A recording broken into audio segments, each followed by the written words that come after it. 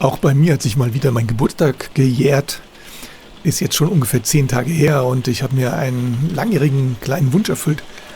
Und zwar eine No-Hub von Märklin aus den 80er Jahren. Handelt sich hier um eine luxemburgische Variante. Habe ich schon länger im Auge gehabt, hat allerdings nie funktioniert.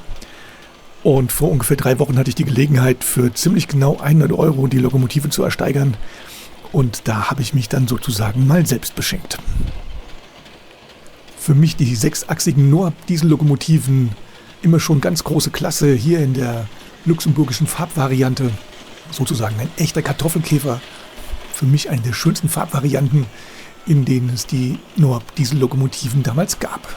Es gab dann wohl einen Vorgänger meiner luxemburgischen No-Hub-Lokomotive, und zwar die schon fast legendäre 3063. Hier in der Mitte im Bild zu sehen.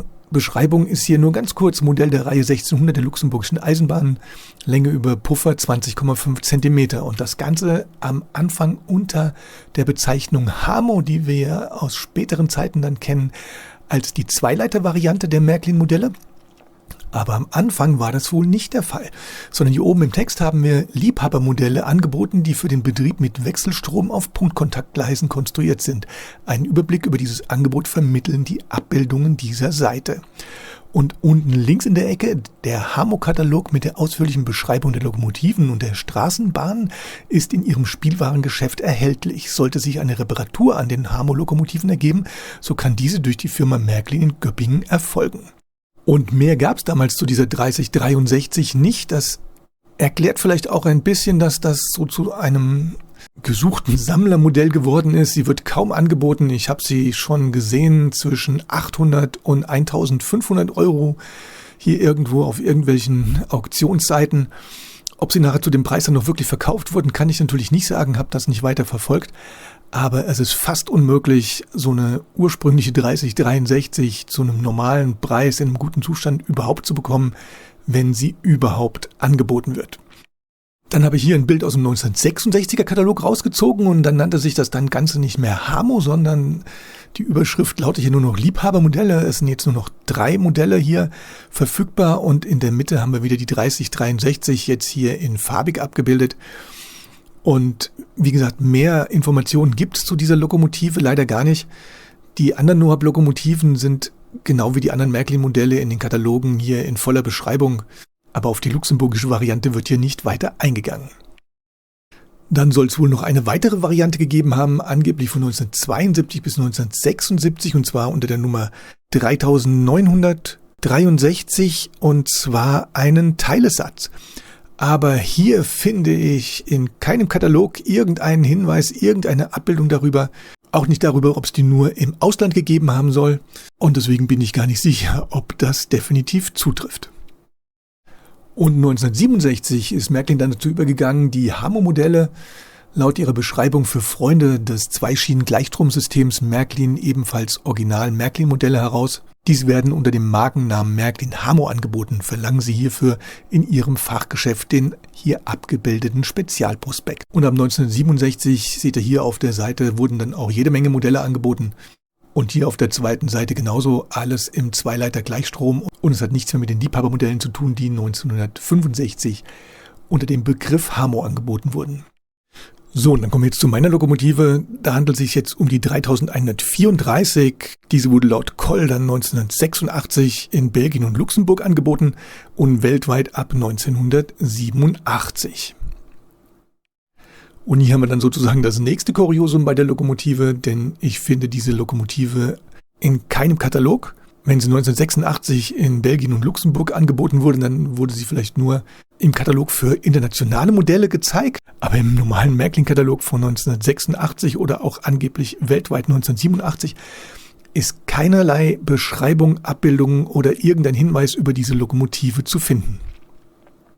Was ich im Internet noch gefunden habe, ist eine Beschreibung, dass diese Bedruckung mit der 1601 auf der Stirnseite wohl auf ein zweites Modell hinweist, also müsste es rein theoretisch hier die Variante sein, die dann weltweit vertrieben wurde. Aber dafür finde ich auch keine weitere Bestätigung. Und deswegen, wenn irgendjemand von euch diese Lokomotive in irgendeinem Katalog gesehen oder gefunden hat, dann wäre es klasse, wenn ihr es mir wieder in die Kommentare schreiben würdet. Denn ich finde keinerlei Katalogabbildungen. Muss allerdings auch dazu sagen, dass ich nicht alle Kataloge habe. Aber das würde mich sehr interessieren, wann die Lokomotive hier definitiv wirklich gebaut wurde. Bei meiner Lokomotive war da eine Packung dabei, die im Großen und Ganzen in Ordnung ist. Die Kanten natürlich ein bisschen abgeschubbert und so weiter, aber der Glassichteinsatz hier war ziemlich zerrissen und zerrupft. Also bin ich hingegangen und habe mir aus einem etwas stärkeren Material dann eine leicht matte Folie, eine neue Folie geschnitten, habe den alten Teil hier komplett entsorgt, den neuen eingeklebt und habe jetzt wieder eine relativ ordentliche Packung für diese Lokomotive. Die Lokomotive selbst mit Gussgehäuse, 3 Achsen angetrieben, genau wie die alten Nohabs aus der damaligen Zeit von Märklin. Richtig Gewicht und zieht auch richtig was weg. Und dann komme ich hier zu meinem nächsten kleinen Problem, und zwar aufgrund meiner engen Radien, die ich hier auf dem Metallgleis fahre, würde ich gerne natürlich bei den 24 cm Personenwagen bleiben. Von Märklin gibt es aber leider keine 24 cm Personenwagen aus dieser Zeit in der luxemburgischen Variante. Was ich gefunden habe dann von Märklin ist wohl die 4126 und 4127.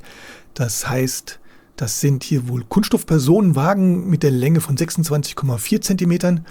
Einmal erste und zweite Klasse und einmal rein zweite Klasse in dieser Farbvariante grün und beige. Dann gibt es noch wohl 1 oder 2 andere Sonderwagen, die mir persönlich aber zu bunt sind.